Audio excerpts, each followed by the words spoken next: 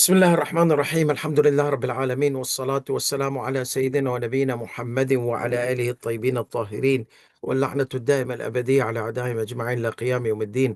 رب اشرح لي صدري ويسر لي أمري واحلل عقدة من لساني يفقه قولي. السلام عليكم my beloved ones ورحمة الله وبركاته. Inshallah, we are going to discuss about the Q&A session or discuss about the topic of Tawaf of Nisa. We have already discussed it, taken the guidelines from the Manasik al-Hajj. As you know that we are discussing now the questions and answers related to these topics, which are further elaborations. Like these topics, these questions are not available in the text because the text gives general guideline. But as people, they start asking further questions, these questions are important and they are added upon or further clarification, or some are repetition of the content. So now finally, so after we did the question and answer about the Amal of Mina, we started talking about Amal Makkah. We discussed the questions and answers about Tawaf al-Hajj and Salat Tawaf al-Hajj and Sa'i. Now we are discussing the Tawaf al-Nisa. The main issue of Tawaf al-Nisa is, when is there a sequence? And if somebody messes the sequence, number two. Number three, how much gap a person can leave between Tawaf of Hajj and Sa'i, and Tawaf of Hajj, Salat of Tawaf of Hajj and Sa'i, and then the Tawaf al Nisa. Sa'i, we said you can leave gap between Tawaf of Hajj and Sa'i, even in Umrah, but it needs to be the same day. So if you do in the morning, this needs to be done in the same day. So Tawaf al Nisa, let's see how much delay it is permissible. So the question number one says that, is it permissible to delay Tawaf al Nisa in the Hajj to Muharram, the month of Muharram, intentionally? He says it's permissible. So this much gap, I mean, doesn't mean end of the Hajj. No, he says in Muharram. He says, yes, you can do that in Muharram. Okay, and the question number two, so now people have performed Hajj, finish. Tawaf al-Nisa is remaining. Many Hujjaj, because they come from, many of them, they come from poor countries or even not from poor countries. They say, as long as we are in Makkah, we did Hajj, let's do an Umrah Mufrada, okay? Let's do a rewardable act, Umrah Mufrada. So what happens that after Hajj, they perform one Umrah Mufrada or two Umrah Mufrada, but in 1 month, you can only do yours, but on behalf of someone else, yeah. So this person, this question says that if somebody has not done Tawaf al-Nisa of Hajj, can he just go and perform Umrah Mufrada? Okay. And then after he is done with Umrah Mufrada, he can do that remaining Tawaf of Nisa. Tawaf of Nisa is Tawaf of women. But it's not only for women, it's for men, so that the spousal relations become halal, and for Nisa, for women, so their spousal relation becomes halal with husband. But it was named Tawaf al-Nisa, okay? So, but initially it is just like a kind of naming only, like the Ilm al-Rijal, okay, the narrators, science of narrators, it's Rijal. But you have female narrators as well. On the top of them, Fatima al-Zahra, salamullahi alayha. So therefore, Tawaf al-Nisa doesn't mean it's only for men. It's for men and women. So now, this person has done Umrah Mufrada, and there's Tawaf al-Nisa pending for his Hajj. So can he leave that gap? He says, yeah, it is permissible. However, it's against the precautionary measures. So it's recommended precaution to just finish it off, finish your Hajj completely. Don't leave leftovers. Okay, you might forget it. So just finish your Tawaf and Nisa, and then do as many Umrah Mufrada you want to do. Okay, because after Umrah Mufrada, there will be Tawaf and Nisa as well. Then you have to specify this Tawaf and Nisa is for the Hajj, or Tawaf and Nisa is for the Umrah, and you'll get yourself into mixed up situation.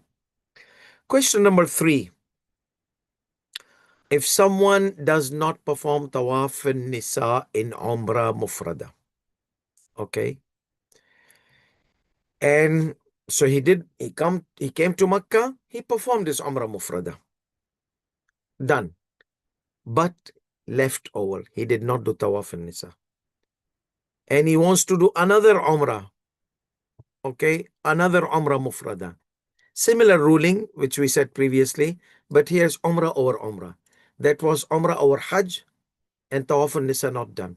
Here Umrah over Umrah Mufrada, but Tawaf al-Nisa is not done. So this person did not perform Tawaf al-Nisa in Umrah Mufrada.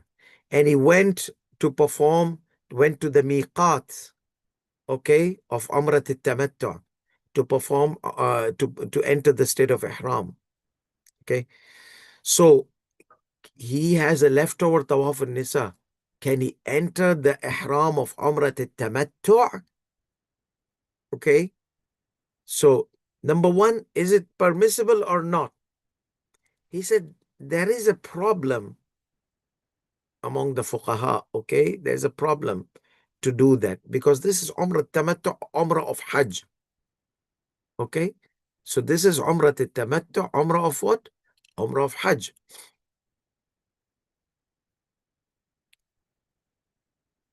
Yes.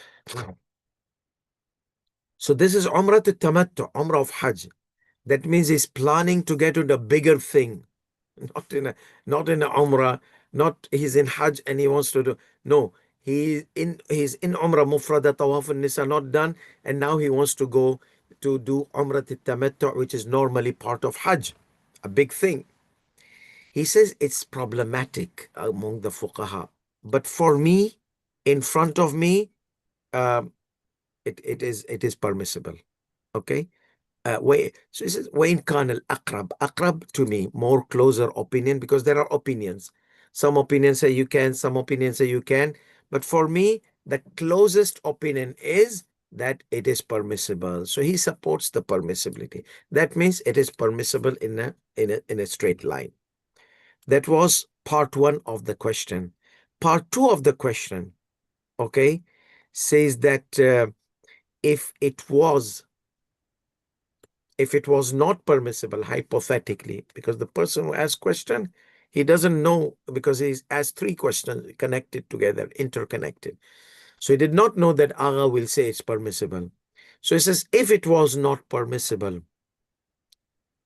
will it affect the ihram of Umrat al-Tamattu? He did not do Tawaf al-Nisa. And he's going to now enter Tawaf, ihram of Umrat al-Tamattu, the Umrah of Hajj. So will it affect his ihram of Umrat al-Tamattu? He says that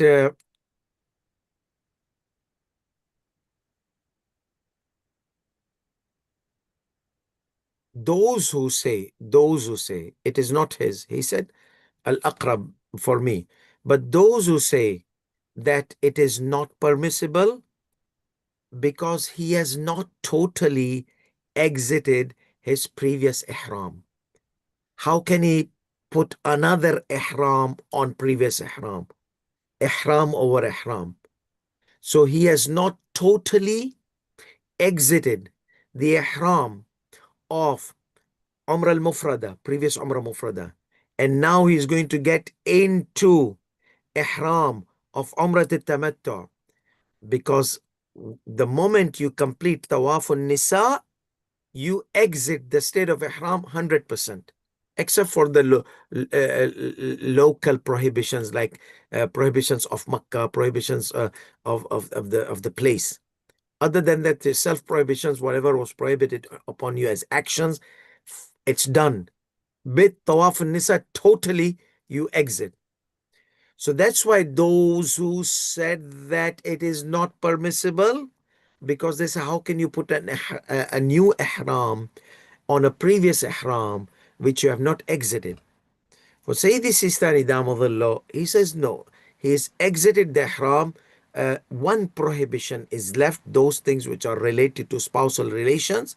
Okay, that does not affect entering into another ihram. So that's why he said, more closer to me is the opinion there's no problem.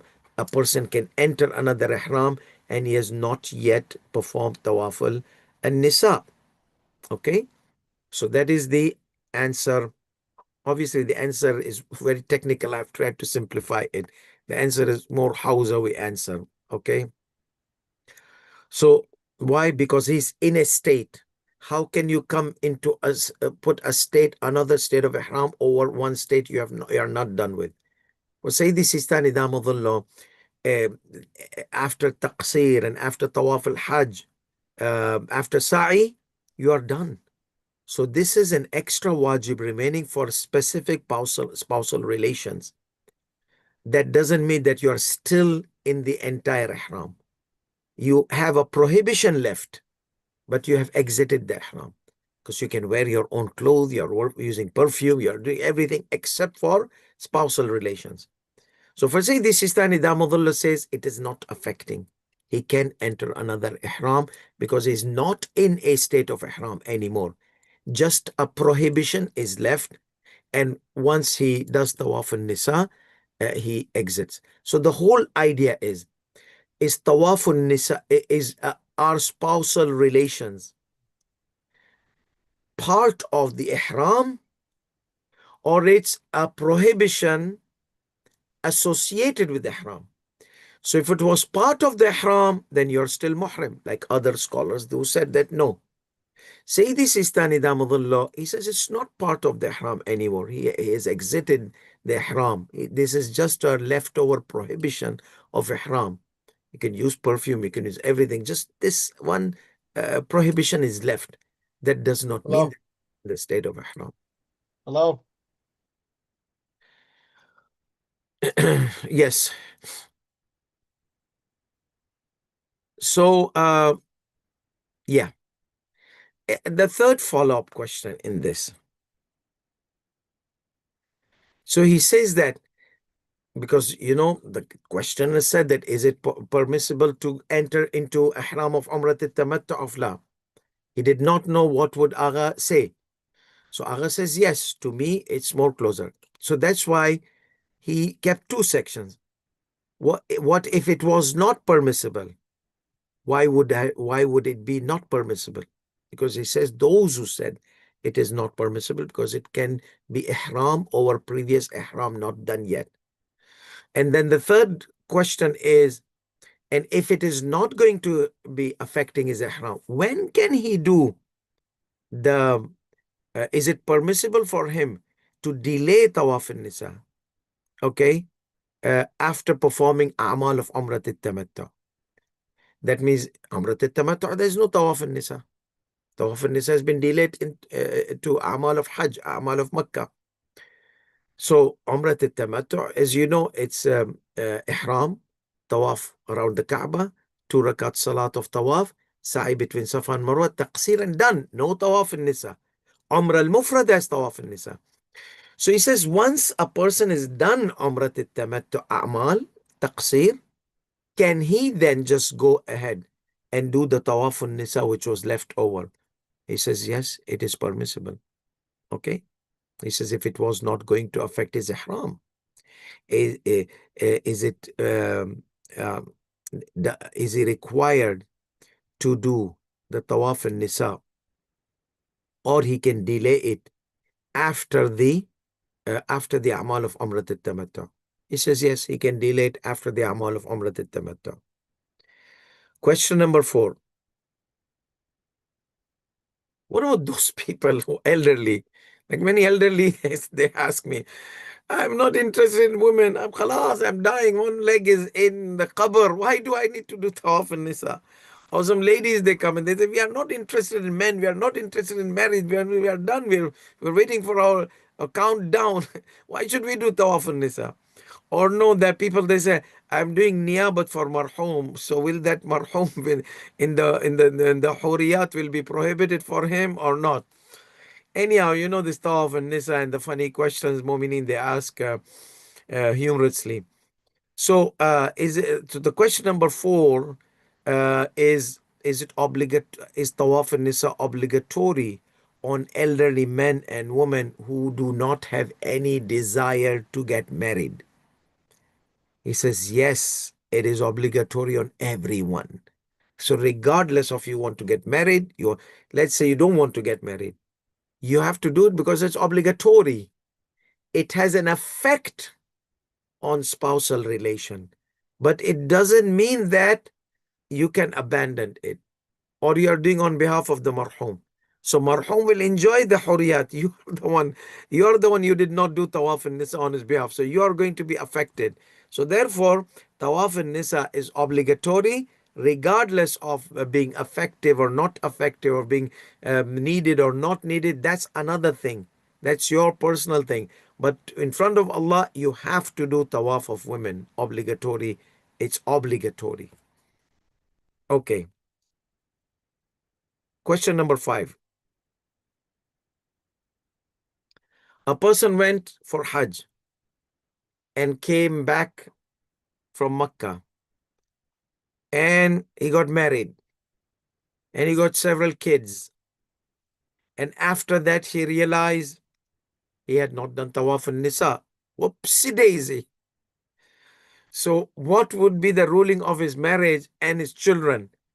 Has he committed zina? Na'udhu billah, because this is the question which always comes. Oh, I did not do Tawaf and Nisa and I slept with my wife. Did I do zina? No, Baba, wait, slow down.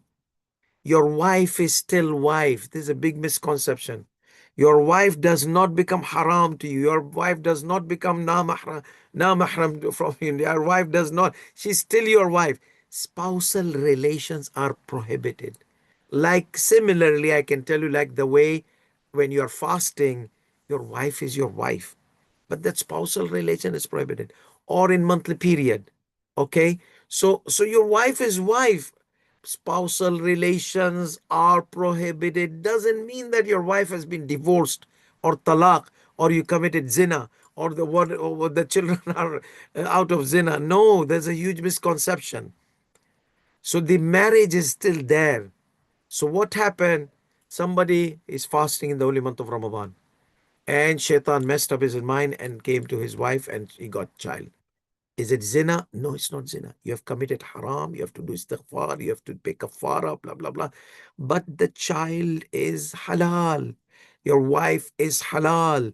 The relation was haram. It was a violation of the sanctity of the fasting, prohibition of the fasting, one of the prohibitions of fasting. The same thing, if you have not done tawaf and nisa, it's a violation of your ihram, which you are supposed to prohibit.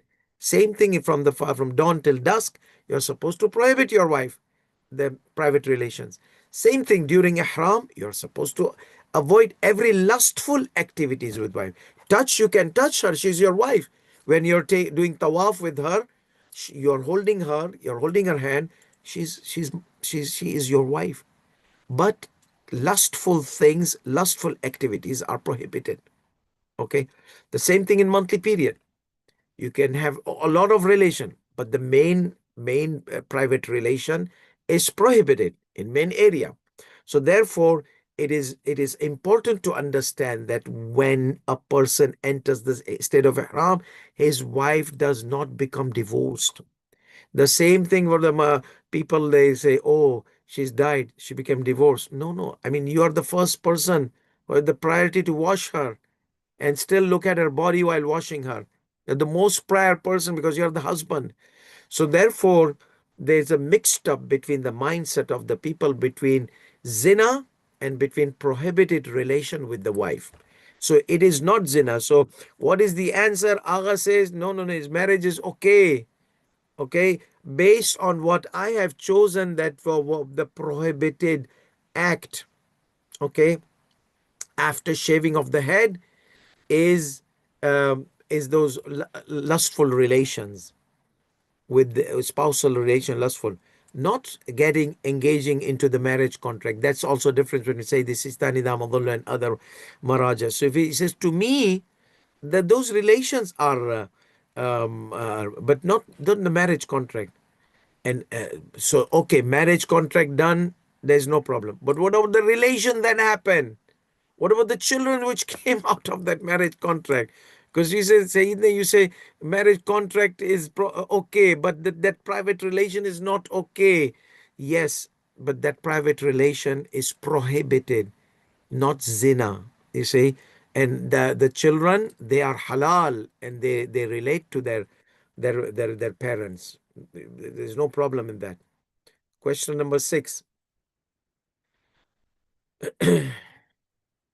What about wife? You know that the wife doesn't have so many obligations towards husband. Uh, Two main obligations are there, but husband has so many obligations: to feed, to shelter, to clothing, all those necessities of life. It's obligatory upon husband. But for women, there are only two things: bed rights and not to leave without the permission. And this not to leave without the permission as a huge discussion in it. And that's not the today is not the time to discuss that. But next time, whenever you have any question about this, we can. Some Maharaja, this is obligatory. Some Maharaja say he can't stop her unless if it was going to affect his manly or spousal rights, and all those details are there. So, so here, uh, one of the duties of women, okay, that she should be available for the husband whenever he needs, because the husband provides her food, shelter, necessities of life, and everything. And in return, the wife, she has to provide herself and absorb the stress out of the husband, because she is the battery charger of the husband. When the husband comes tired, exhausted, and he needs the battery charger, and Allah made wives excellent battery chargers. They could recharge the husband and back to the work. So here, and when you see they are not charged, spousal problems happen, divorce happen, this happens, screaming happens, shouting happens, and all those issues happen. So this is the button of the husband. So so therefore, um, she says that if a man does not perform tawaf an-nisa, will it be prohibited on his wife to provide herself to him for lustful activities? He says, on the basis of obligatory precaution, she should not provide. If she knows he's muhrim in the state of ihram, she should not be devilish and satanic and seduce him and mess up with his ihram. For on the basis of legal precaution, she should avoid providing herself lustfully to her husband, because one of the important things they mention, that the wife must provide herself, because that's the only duty she has and only obligation, and the husband who has so many obligations. So that's the only obligation, that she provide herself to her husband. It says no, on the basis of obligation, she should respect his ihram and the state of ihram, and not to seduce like the Zuleika and all those kind of things. Anyhow, question number 7. If the wife, the women, they can do at night their leave Muzdalifah, pelt the shaitan and whatever, for certain reasons, okay, uh, wife exited the state of ihram. So the husband is not a follower of Ahlul Bayt alayhi salam. So there is no obligation of tawaf and nisa upon him. So can the wife prevent herself from her husband and tell him, first do tawaf and nisa and then come to me? Is it wajib upon her to prevent herself from providing herself to him until he does the tawaf and nisa? Okay. Uh, Agha says no, it is not obligatory upon her, because he's following his madhab. His madhab doesn't have, his school of thought doesn't have this as an obligation. As I mentioned many times, that we have to understand the madhab to madhab. Maybe some things are obligatory upon me, They're not obligatory upon them. There are certain things obligatory upon them, not obligatory. There are certain things Muslims, they have obligations, and the non-Muslim, they don't have this obligation, like banking dealings. Riba is haram upon me, but it is not haram upon him because he's not a Muslim. They don't have this riba issue, for example. Atheists, for example, or any other religion who don't have this concept of usury or prohibited interest. So the dealings are different than the dealing between Muslim and Muslim, or Shia and Shia, or Sunni and Sunni.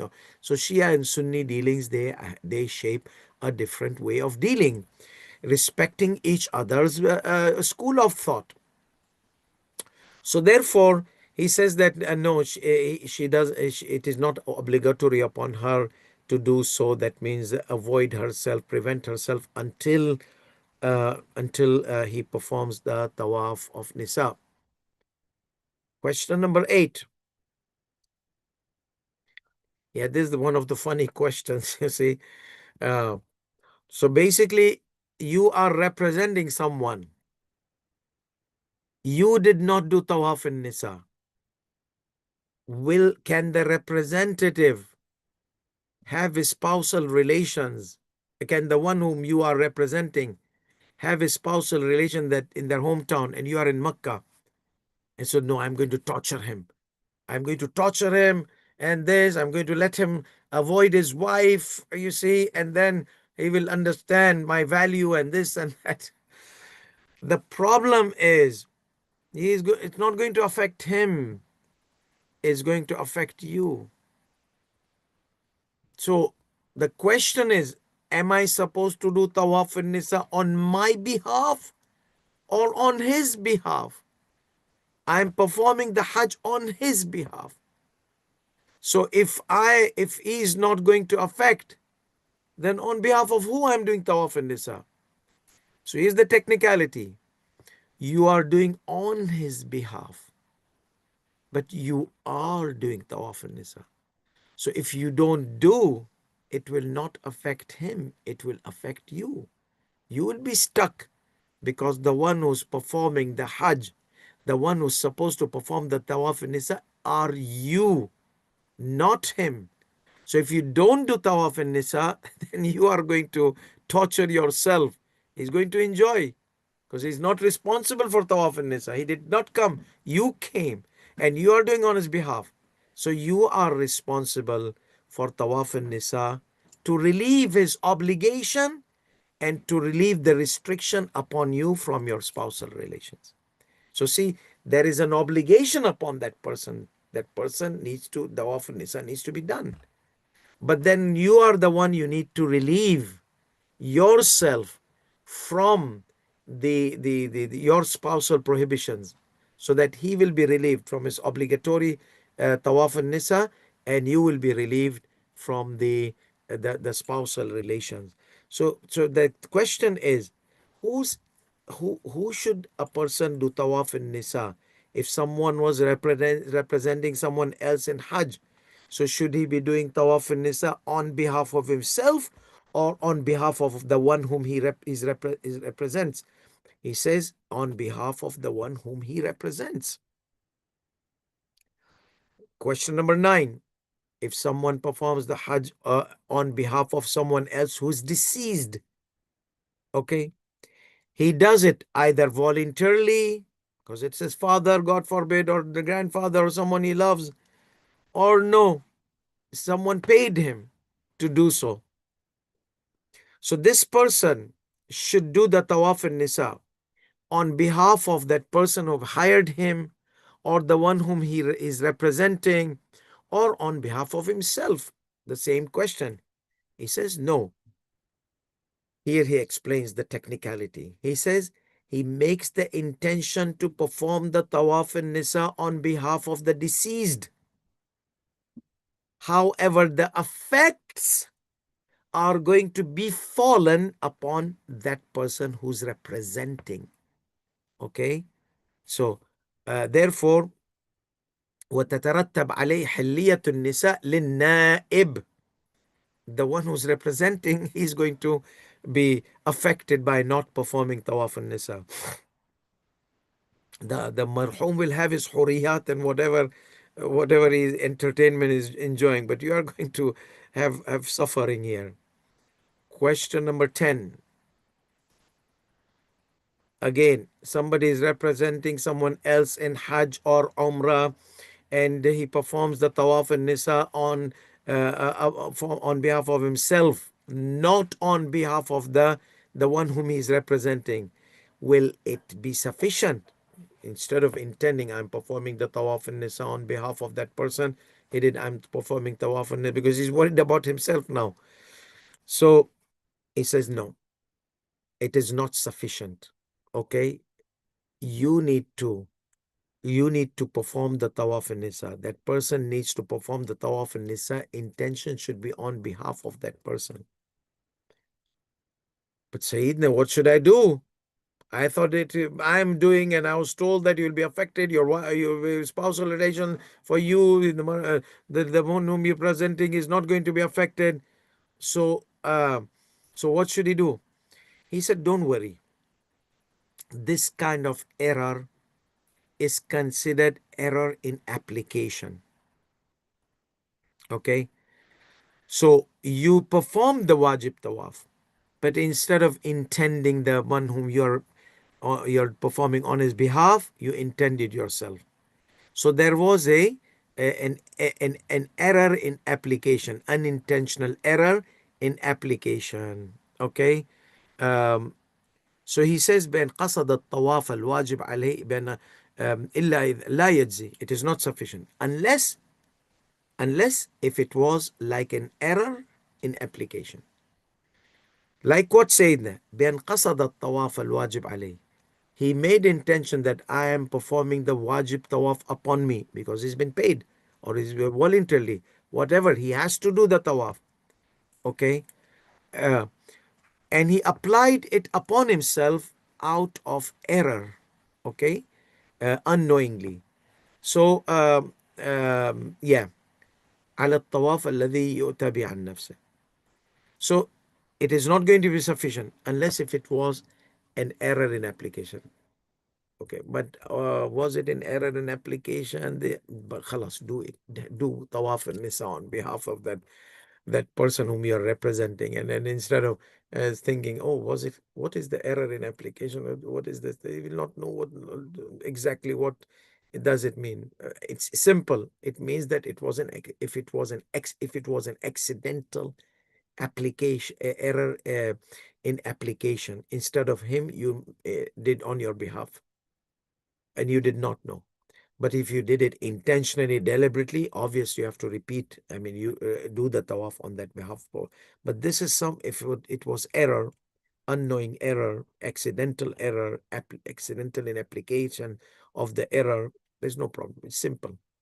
But even if you want to do another one, you can do another one on behalf of that person as a precautionary measure. Question number 11.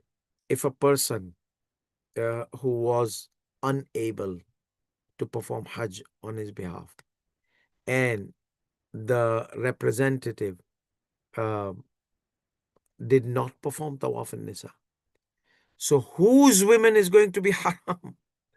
The one whom he's representing, or the one the representative, the one who's representing, like the one who's performing the Hajj on behalf of that person.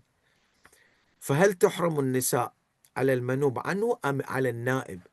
This is obviously the person whom he's performing the Hajj.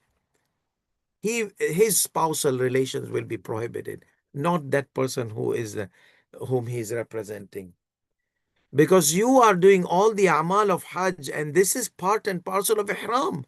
So you are going to be affected because you were in the state of Ihram. Question number 12.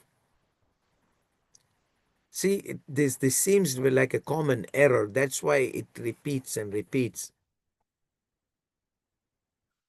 Is it obligatory upon someone who performs the Hajj on behalf of someone else to perform the Tawaf and Nisa and Salat al Tawaf and Nisa on his behalf? Okay. Also. So does he have to do 2 tawaf nisa? Okay. Or 1 tawaf nisa? Like 1 tawaf nisa for him, because he's performing all the amal. And 1 tawaf nisa for that person whom he is representing. The smart guy, he said, let me do both. I don't know, am I doing on that guy for his women to be halal or me? If I do his and it came out to be I have to do, I'm in problem. If I'm doing and he has to, he is going to be stuck. So do I have to do 2?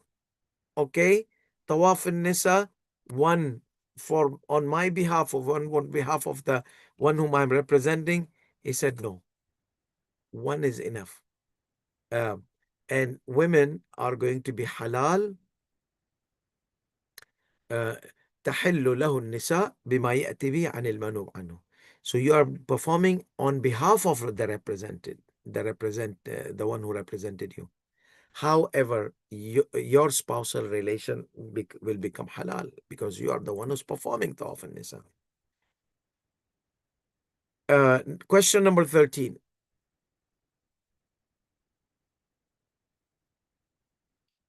Is it permissible for a person who is representing to perform the tawaf an-nisa?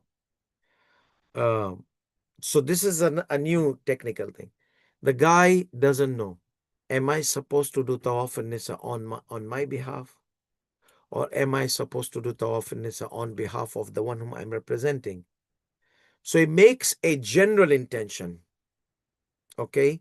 He says, I am performing tawaf an-nisa on the one who is obligated to perform. So on someone like me, I don't know. I am performing tawaf an-nisa on behalf of the one, or on behalf of the one upon whom the tawaf an-nisa is obligated. So it's me, it's that person, that person. So this is called niyya ijmaliyya, a lump sum niyya, okay, an inclusive niyya to whomsoever this applies upon. So he says the criteria of مرجع هذا إلى قصد النيابة إجمالا. It depends, this type of intention depends on the intention of representing in general, because what is obligated upon him is tawaf al-nisa, be it for Hajj, be it for Umrah, and that is the tawaf on behalf of someone else. He says, yeah, because he has made a lump sum intention which is inclusive to the one on whom he has to do the tawaf an-nisa on his behalf. So this general inclusive, but still the answer is not straightforward. He's explaining the type of intention mentioned, and obviously it's understood that it is inclusive to the one upon whom he's representing. So if he did not know, it's me or that person. So he says, whomsoever the tawaf an-nisa is obligatory, I am performing. So it's obligatory upon him on behalf of that person. So this intention, lump sum intention, is inclusive to the one on behalf of whom you are supposed to perform the tawaf an-nisa. Okay?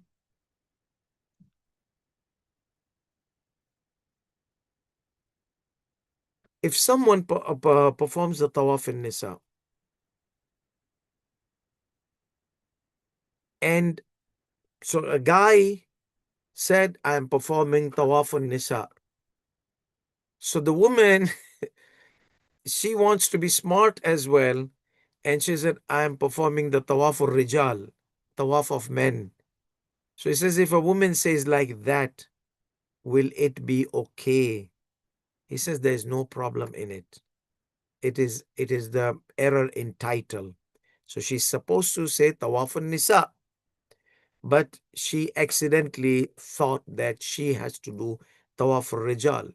So it is error in naming the tawaf. Tawaf is obligatory upon her, so she performed it. But the naming was incorrect. The purpose, she knew the purpose of what is the purpose of Tawaf al-Rijal. She knew that it's obligatory upon her. She knew. But she thought she will have to say, I'm performing Tawaf al-Rijal. So that was an unintentional error out of error in naming the Tawaf. Question number 15.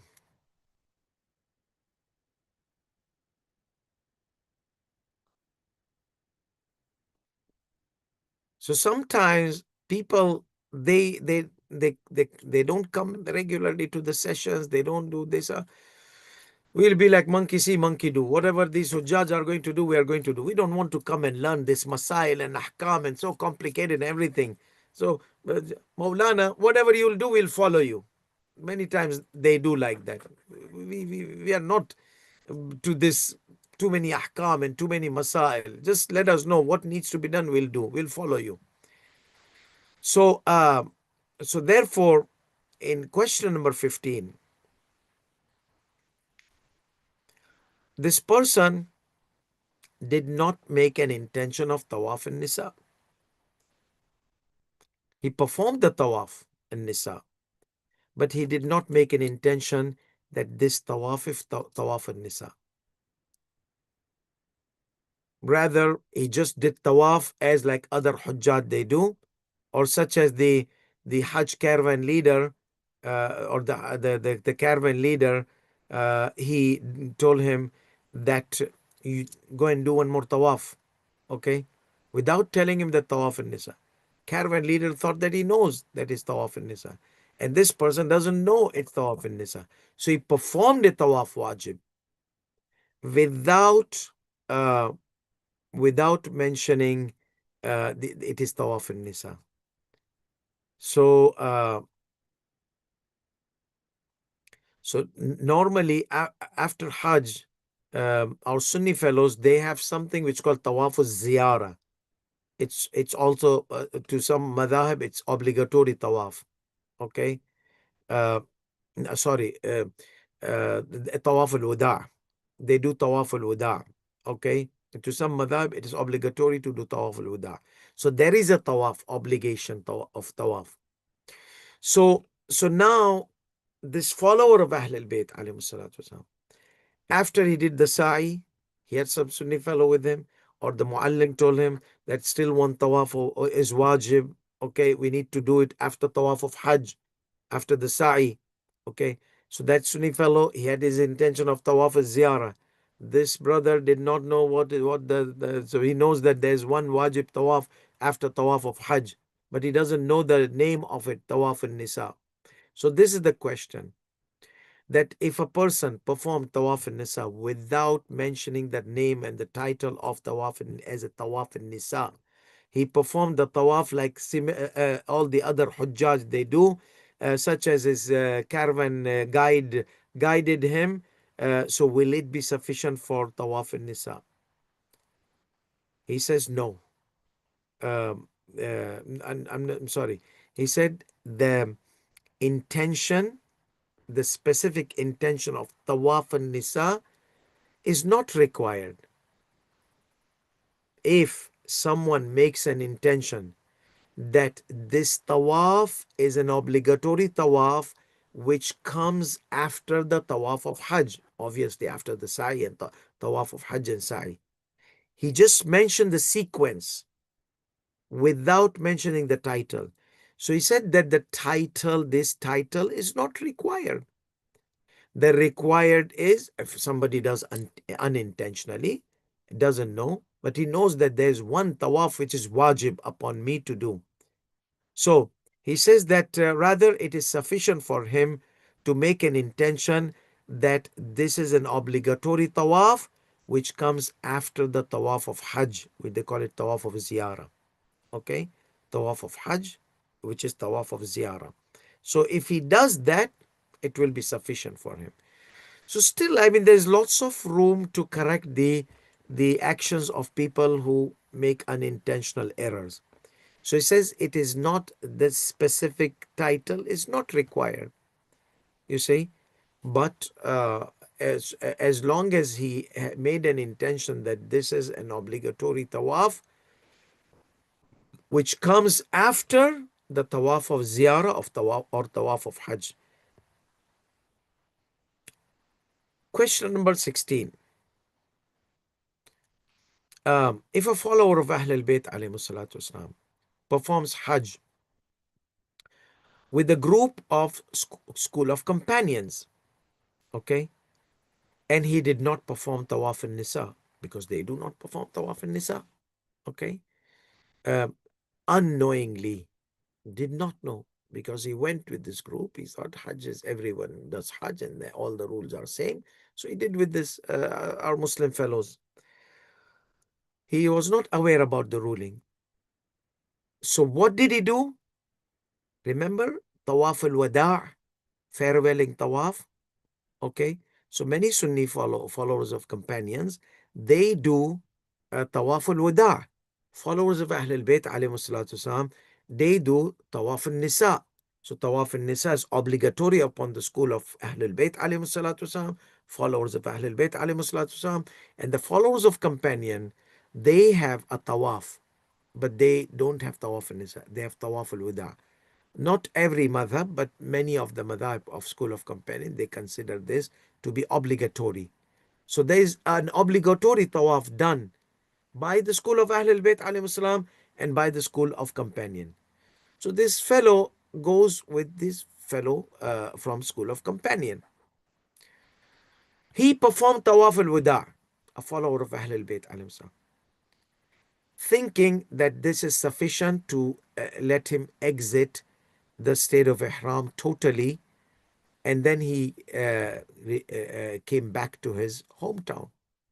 So what will be the responsibility? Remember the error in application. So he knows that this is wajib. Remember the title, not required. Okay, so he knows that this is obligatory, this tawaf is obligatory upon him. So he said it is sufficient, okay, if whatever he performed in the intention of tawaf al-wada', with the intention of tawaf al-wada', farewelling tawaf of Kaaba, if he did that with that intention, okay, because he did it with the intention of obligation, putting in his mind that women will become halal. So that intention of women becoming halal was associated somehow, then it is going to be sufficient. There is no problem. He did not mention title, but he mentioned Tawaf al-Wada. Tawaf al-Nisa title was not mentioned. That we said error in application.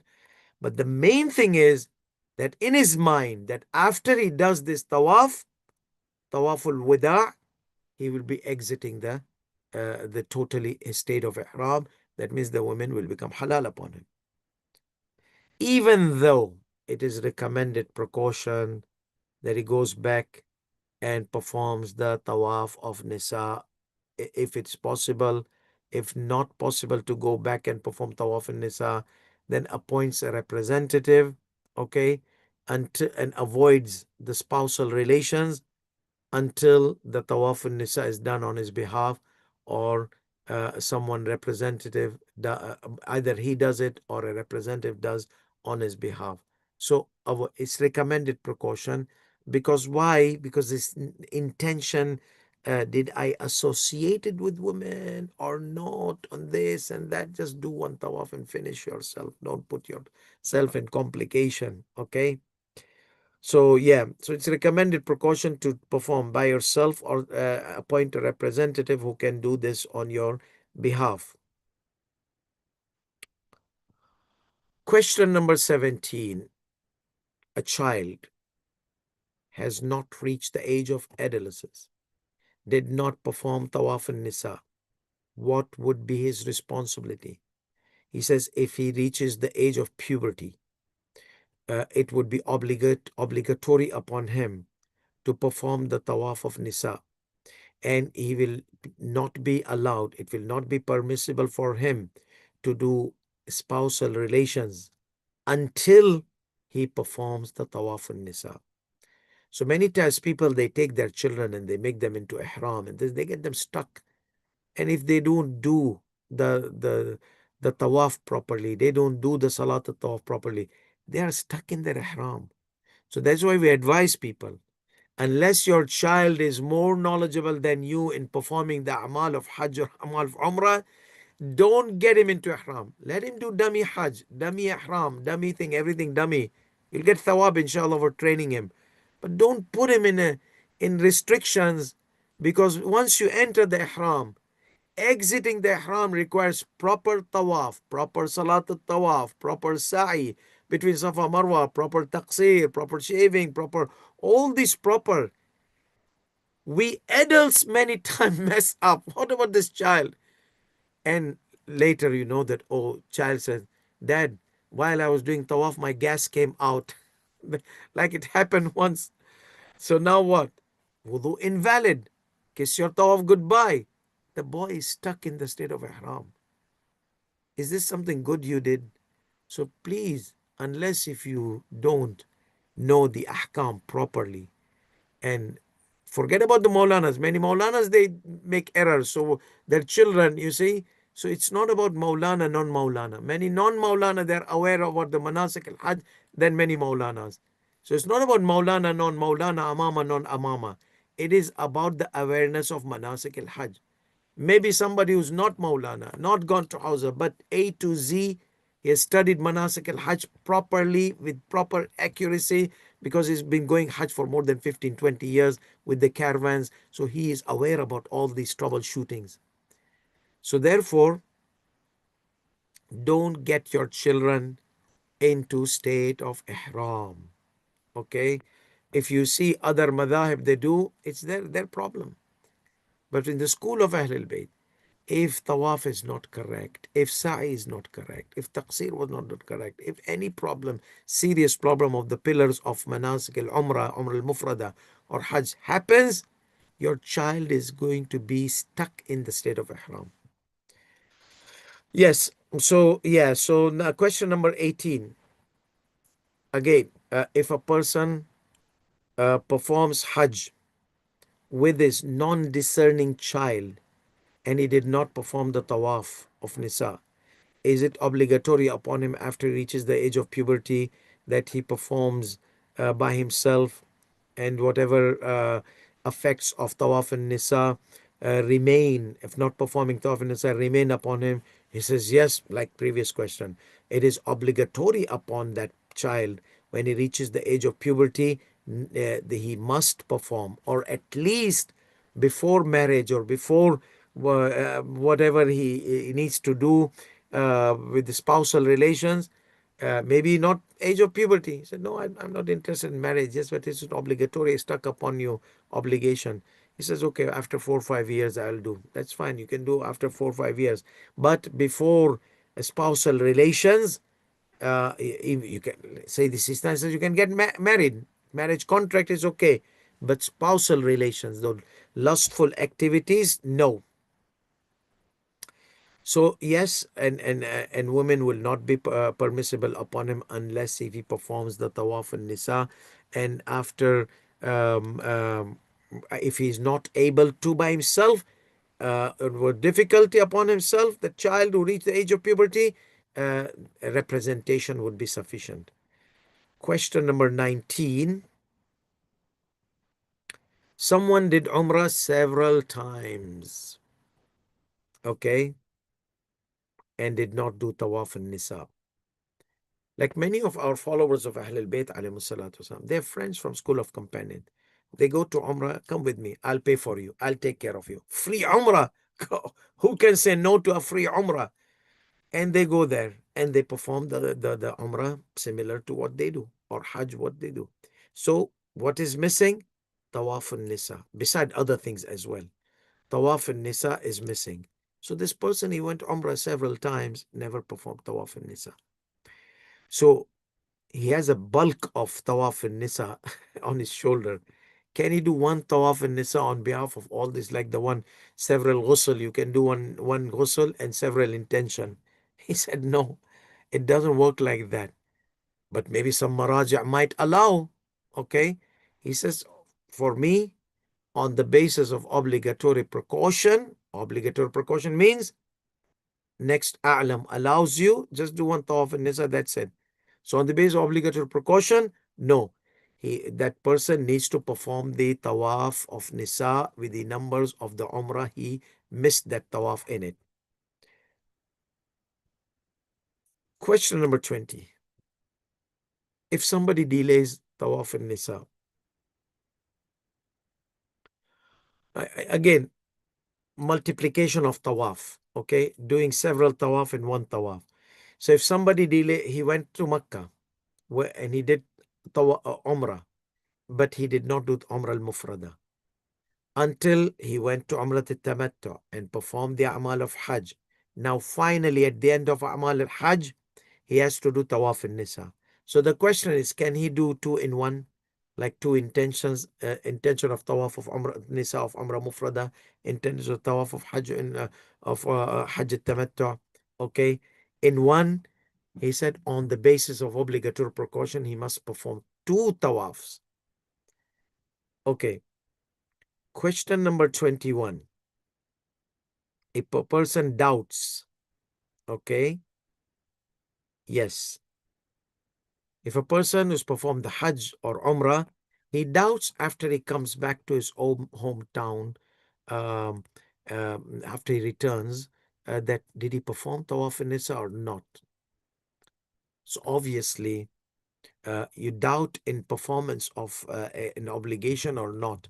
So he says it is obligatory upon him to go back and perform it by himself.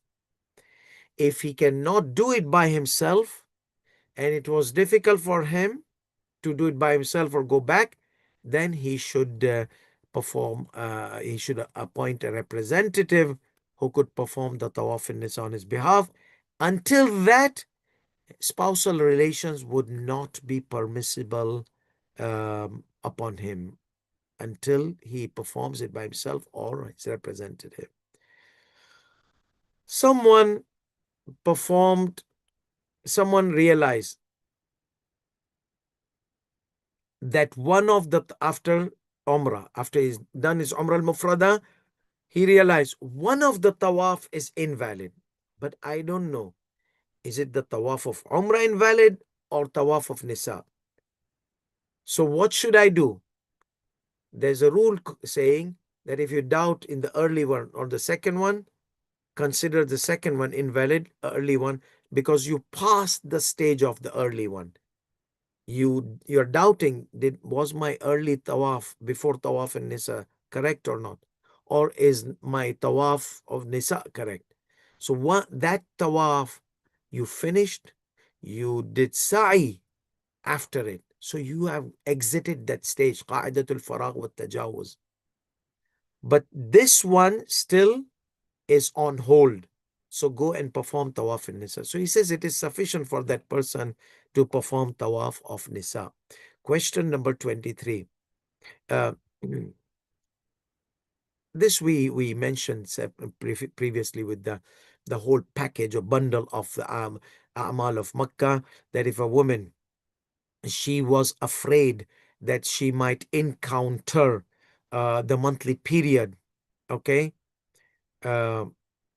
هل يجوز المرأة تقديم طواف النساء على السعي إذا خافت مفاجأة الحيض? This is a sequence issue, that she is now done the A'mal of Mina.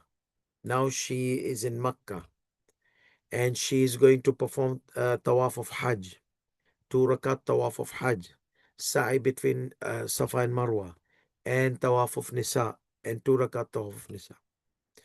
How if she fears that hyperbolic irfani state might encounter upon her after Sa'i, and whoopsie daisy, monthly period might encounter? So, or any other reason, or she fears that then she will not be able to do Tawaf al-Nisa by herself. You see? So is it permissible for her to just do that? Remember those people who are trying to outsmart the religious laws, and they say, oh, these people are crazy. They're doing tawaf and then going to sa'i and then coming back to tawaf and nisa. Let's do two tawaf together. Remember I mentioned in our previous session. So they're messing up with their whole thing. So if they do like that, tawaf and nisa will be invalid because it has to be after the sa'i, the sequence. So what should she do? Can she do the tawaf and nisa with the tawaf of hajj and she's relieved? And then if that hyperbolic irfani state comes and then she is doing sa'i, no worries, because sa'i you can do in the monthly period state. So he says no, she cannot precede tawaf and nisa over the sa'i. So what if the monthly period encounters her? If the monthly period encounters her and she was not able to wait until she's relieved from her monthly period and the caravan will leave, okay? But if the caravan stays until she's relieved from her monthly period, then she has to wait. It's obligatory upon her. But if she knows, no, the traveling date is that, and I don't have enough time, this is 12th Dhul Hajj and 14th Dhul Hajj, they're leaving, or 13, and this period came to me and is going to last 3 days. I mean, she completed the sa'i. She did the tawaf of Hajj. She completed sa'i, and whoopsie daisy. So here says on the, so he says that she cannot precede. The sequence needs to be observed. That it has, tawaf and nisa has to be after the sa'i. However, if the monthly period encounters her and she was not able to observe, she was not able to wait until she's relieved from her monthly period, because the caravan would not wait and they would leave, exit Makkah, and they would leave, then it would be permissible upon her to leave Makkah, okay, and on the basis of obligatory precaution, appoint someone to represent her in performing the tawaf of nisa. Um, Question number 24. If someone performed tawaf of hajj and performed the salat of tawaf of hajj on the day of 11th and did the sa'i on the 12th day. Interesting question. Because remember, sa'i and tawaf of hajj needs to be on the same day. And so he did the tawaf of hajj on 11th Dhul Hajj, did the sa'i on 12th Dhul Hajj, and after the sa'i did tawaf al nisa, and then he did the salat tawaf al nisa and returned to his hometown. What about his amal? He kept a gap between tawaf of hajj and sa'i until the next day, and he's supposed to do it in the same day. So the answer is, if he had an excuse for some valid reason, he delayed it to the next day, then there will be no problem. It was very difficult. He became sick. He couldn't perform it was overwhelming. It was stressful. It was some reason, some excuse he had to delay it on the next day. So he says there's no problem. Otherwise, if there was no excuse, okay, uh, yes, if there was no excuse, then on the basis of obligatory precaution, if he cannot perform the sa'i, tawaf of hajj and the sa'i after it, and the tawaf and nisa in the sequence which is required and without leaving that gap, then he needs to, on the basis of obligatory precaution, to appoint a representative who could perform these manasik before exiting the month of Dhul Hajj.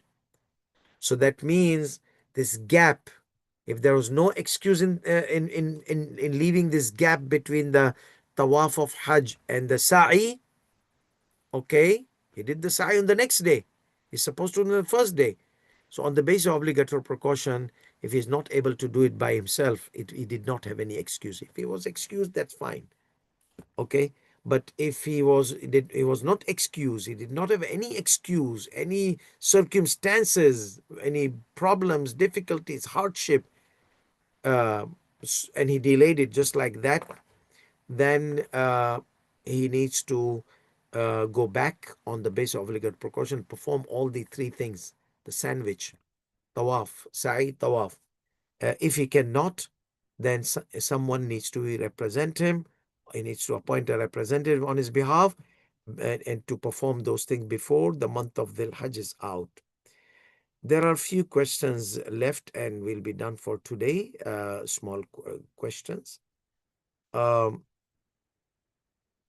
someone knows that Tawaf of Hajj was invalid after performing Tawaf al-Nisa, is it obligatory upon him to redo? Obviously, because the sequence is required. So he did the Tawaf of Hajj and Salat Tawaf of Hajj and Sa'i between Safa and Marwa and Tawaf al-Nisa and Salat Tawaf al-Nisa. Oh, my Tawaf of Hajj was invalid. So is it obligatory upon him to redo the Tawaf of Hajj? He says on the basis of obligatory precaution, yes, because he did not know, he was not aware. Jahil, unaware. He realized after Tawaf and Nisa. So he says obligatory precaution, he needs to redo. The same thing, if he realized that this Tawaf of Hajj was invalid after exiting the month of Dhul Hajj, okay, such as some of the pillars of Tawaf was violated, unawareness, okay, of the ruling or unawareness of the application. So Sayyidina, you said that his Hajj is invalid. Okay. But if his Hajj is invalid, so will the spousal relations be prohibited upon him until he performs Tawaf al-Nisa? He says, بل يحكم في مثل ذلك ببطلان إحرامه. So the ihram became invalid and the women will not be prohibited upon him because the whole ihram, the whole foundation of the manasik al-Hajj, because he entered the state of ihram in Mecca, he went to Arafat, he went to Muzdalifah. To complete the process, okay, he needs to perform these a'mal of Mecca. So when he messed up with the a'mal of Mecca, Tawaf of Hajj got invalid, the Hajj became the ihram became invalid. Obviously, the Hajj became invalid. That means the ihram became invalid. And in that case, what happens? That whether he did this, did that, all gone away, gone waste. So is he still muhrim? No, the ihram became invalid. That means there's no tawaf and nisa needed because the spousal relations are not prohibited upon him.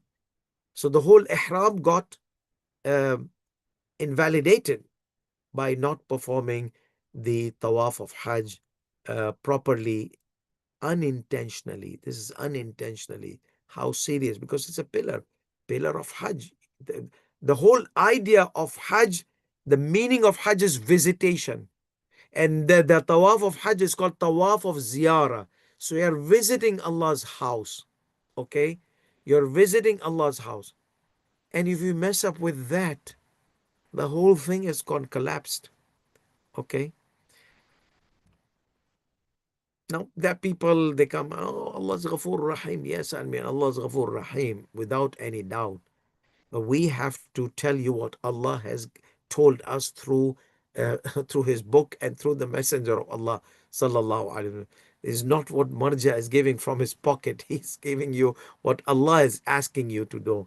If you can't dedicate yourself, okay, to take the responsibility to attend the lessons of obligations of Hajj and the pillars of Hajj, then don't blame Allah. Yes, these are for Hausa students. We are giving this manasik, or for those who are in caravans, leaders this.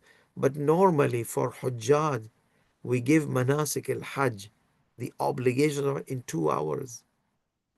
If you cannot dedicate 2 hours to learn the obligations of Hajj and its sequence without any details, just what makes my Hajj correct, don't say Allah's Ghafoor Rahim. Allah's Rahmah is, He made it that much simple that in 2 hours you can learn A to Z of Manasik al Hajj. The main issue are the wajibat of Tawaf. The rest of the wajibat are one or two. They're no simple things. All the Tawaf has most conditions of Tawaf, obligations of Tawaf. Okay, so those are that in 15-20 minutes you are done. What about the rules of forgetfulness? Don't forget. Keep some kind of counter with you. Go with someone who remembers the rounds of Tawaf. Do some technicality. Take some technical responsibility. And your Hajj will be okay. Some people say, oh, this before 4 round, after 4 round. Yeah, but you don't have to. Just make Tawaf with someone who perform the Tawaf with someone who can. So anyhow, let's complete this ruling. So many people, they come and they say, oh, I'm visiting Allah's house, okay, and is Allah that much not merciful that He will consider my Hajj invalid? See, that part between acceptance, not acceptance, Allah is between you and Allah.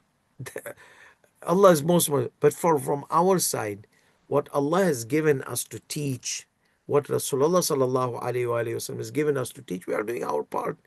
Okay, if we don't do our part, then we will be stuck. So then you deal with your situation with Allah. We will tell you, you have to repeat. Now you say, Allah Ghafoor Rahim, I don't need to repeat. That's between you and Allah. How Allah deals with you, that's between you and Him. And maybe He might deal with you with mercy. Maybe He might dump you in the hell or whatever. It's up to you and God. That's a personal relation. For us, we have to define whatever has been defined in the Quran and by Ahlul Bayt alayhi salam. Yani, aren't Ahlul Bayt aware that Allah is merciful? Yeah. But there is direction we need to follow. Allah subhanahu wa ta'ala said that follow me and follow the messenger. Okay? Obey me, obey the messenger. Ati'ullah wa ati'ur Rasul. So if we don't learn the ahkam, are we obeying Allah and obeying the messenger? No, we're disobeying them. So when you are doing something wajib, you need to learn how Allah wants that wajib to be done.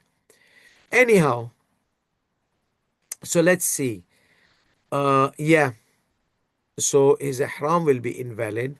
That means everything is collapsed. Uh, and this means if his ihram is invalid, then women are not going to be prohibited upon him, or the spousal relation. 27.